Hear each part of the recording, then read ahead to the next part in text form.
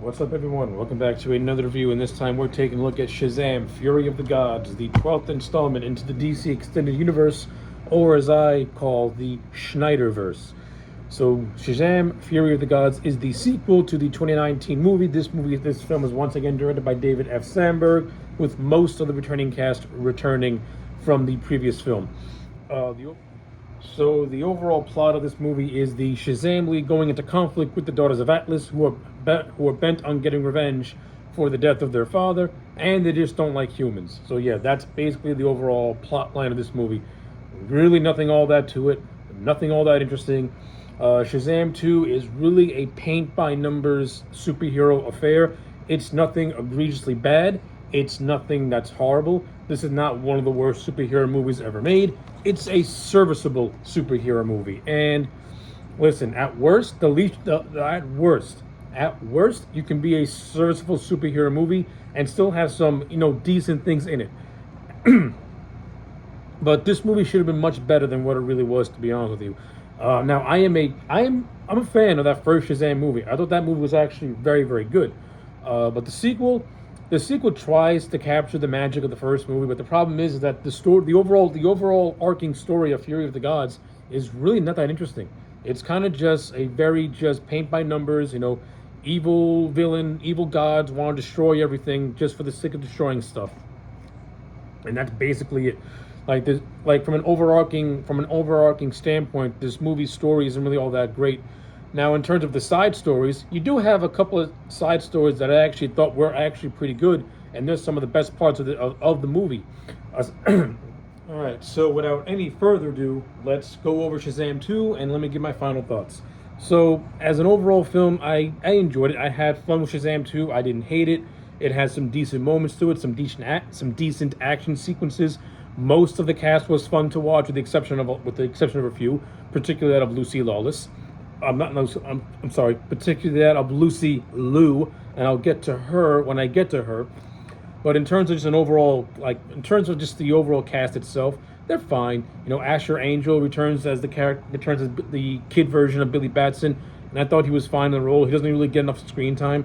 Zachary Levi really dominates this movie as Shazam, and in the first movie, there was an even balance of Zachary Levi's Shazam and Asher Angel's Billy Batson. In this one, it's really more Shazam focused, and I'm sorry, I like Zachary Levi as the character, but the character of Shazam, the more is less with the character of Shazam, because he does have a tendency to get really grating, and his antics can go from being charming to being downright just, what are you doing?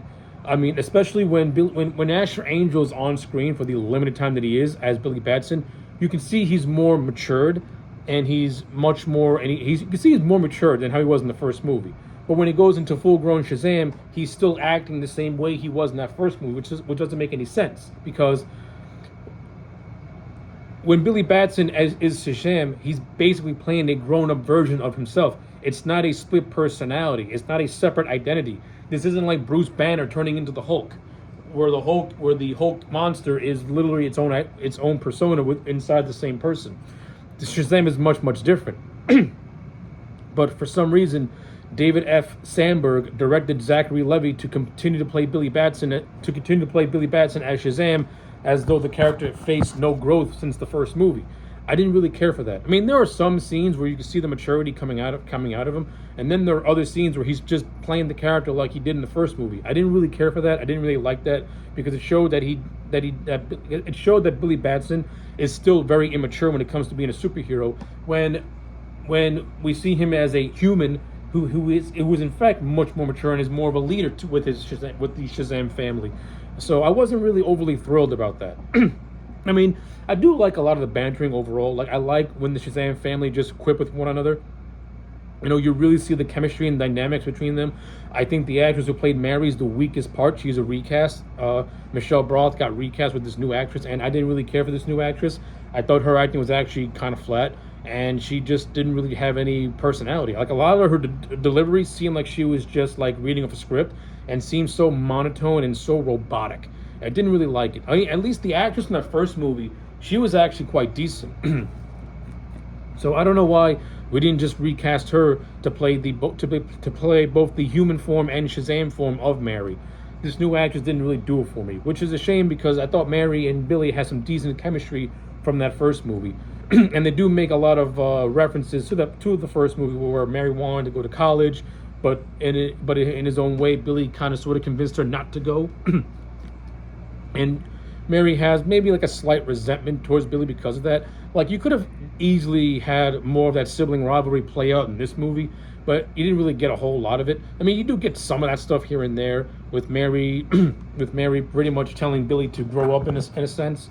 But yeah, it could have been handled so much better. So yeah, that was that. I mean, and you have the characters of Pedro and Eugene.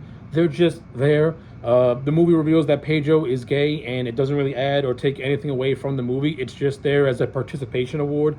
See, whenever a movie has a gay character and it adds nothing to the film's overall story or plot, it's almost as if it's like the kid in class saying he's present in the classroom. That's all it is. And that's all this reveal of Pedro being gay ended up being. Like, it really didn't add nothing to the plot. Like, we don't see any, like, we don't get to see a moral conflict of Pedro, hiding his sexual orientation or how that affects him being a superhero or stuff like that. If you're going to have a gay character, have it mean something to the story. Don't just have it in there for inclusion reasons, because that's why people criticize it. People criticize the inclusion of certain characters like this because they don't add to the story, and it makes them there they're there just as a force or as a joke, and that's what Pedro's reveal ended up being as. I thought that part was lame, but at the same time, I also like the whole running gag of him saying he sucks at dodgeball, and every time they have a plan that comes to fruition, Pedro always misses his cue. Like, that was a nice running gag that you could have easily expanded upon more and got some good comedic mileage out of it. But it is what it is. And like I said, the character of Eugene, he doesn't really add much to the overall movie. He's just like there also. But now Jack Dylan Grazer's Freddy. Now, the first Shazam movie was a Billy movie. You can make a case that Shazam 2 is more of a Freddy movie. And I actually like Freddy's overall story in this movie. I like the idea of him wanting to break away from Billy and be his own superhero. I like the idea of Freddy falling in love with this character called Anne, who was revealed to be one of the daughters of Atlas named Anthea. And I like how Anthea is immediately quite, I like how Anne and Freddy have an instant liking to one another, and I like how their relationship grows out of the course of the movie.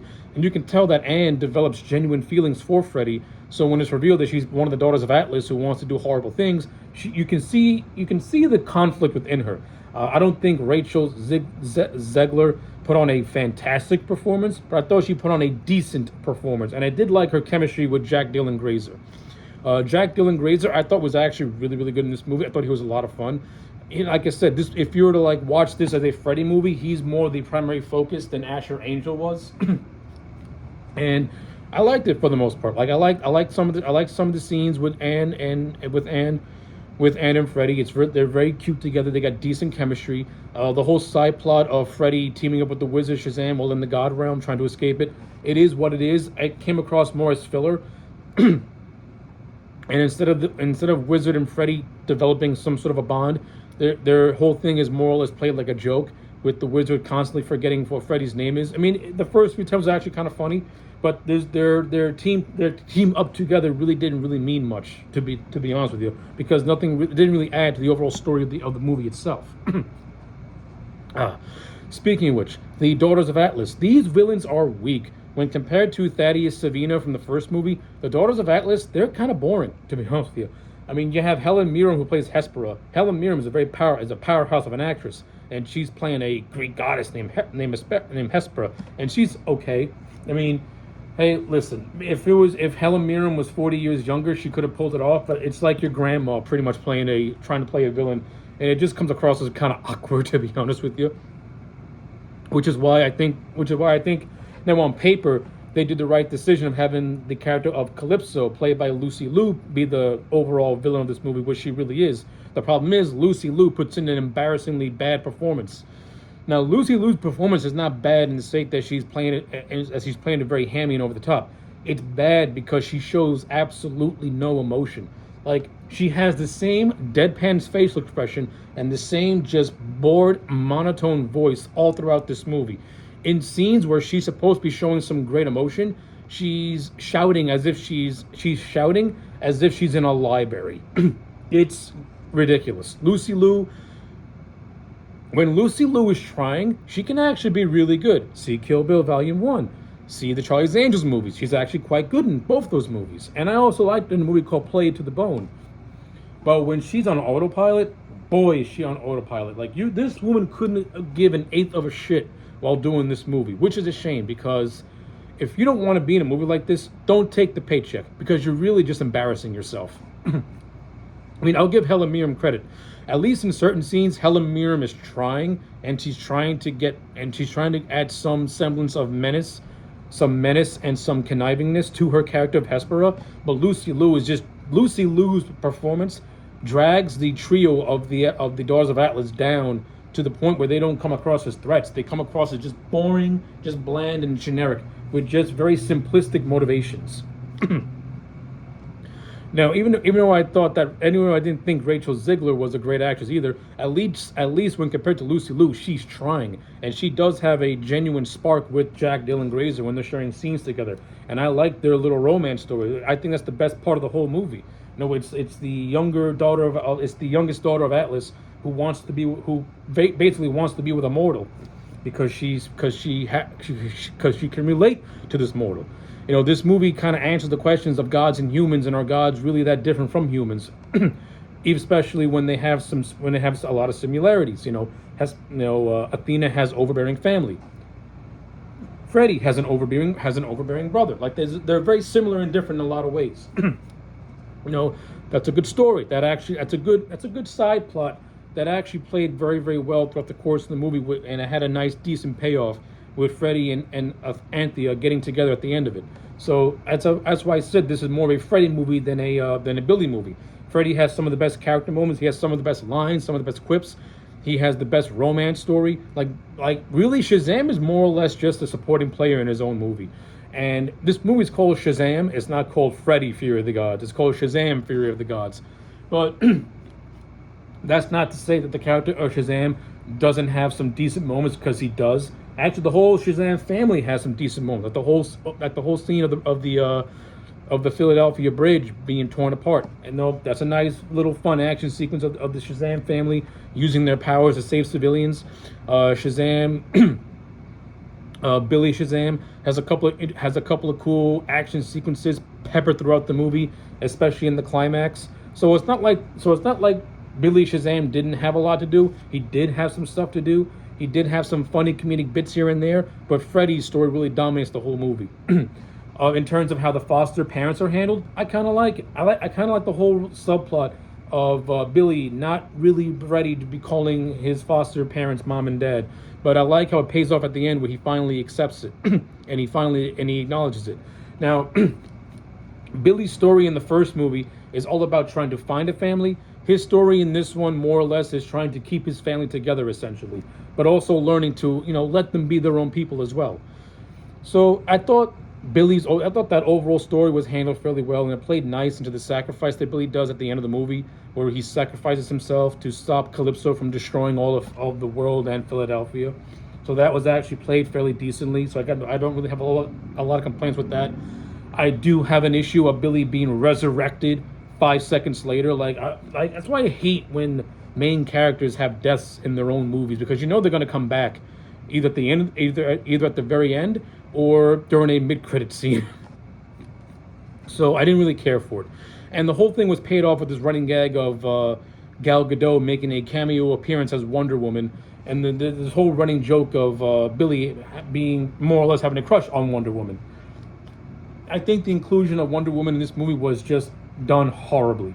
Number one, the Shazam family are facing the Daughters of Atlas, Greek gods. It would have made sense if Wonder Woman played a role in the overall greater story, not taken away from the Shazam family, but being that Wonder Woman is a demigod and is a daughter of Zeus, it would make sense for her to have some sort of a pivotal role in this movie in the plot, since she will have more of a knowledge of these of the Greek gods and of the Daughters of Atlas.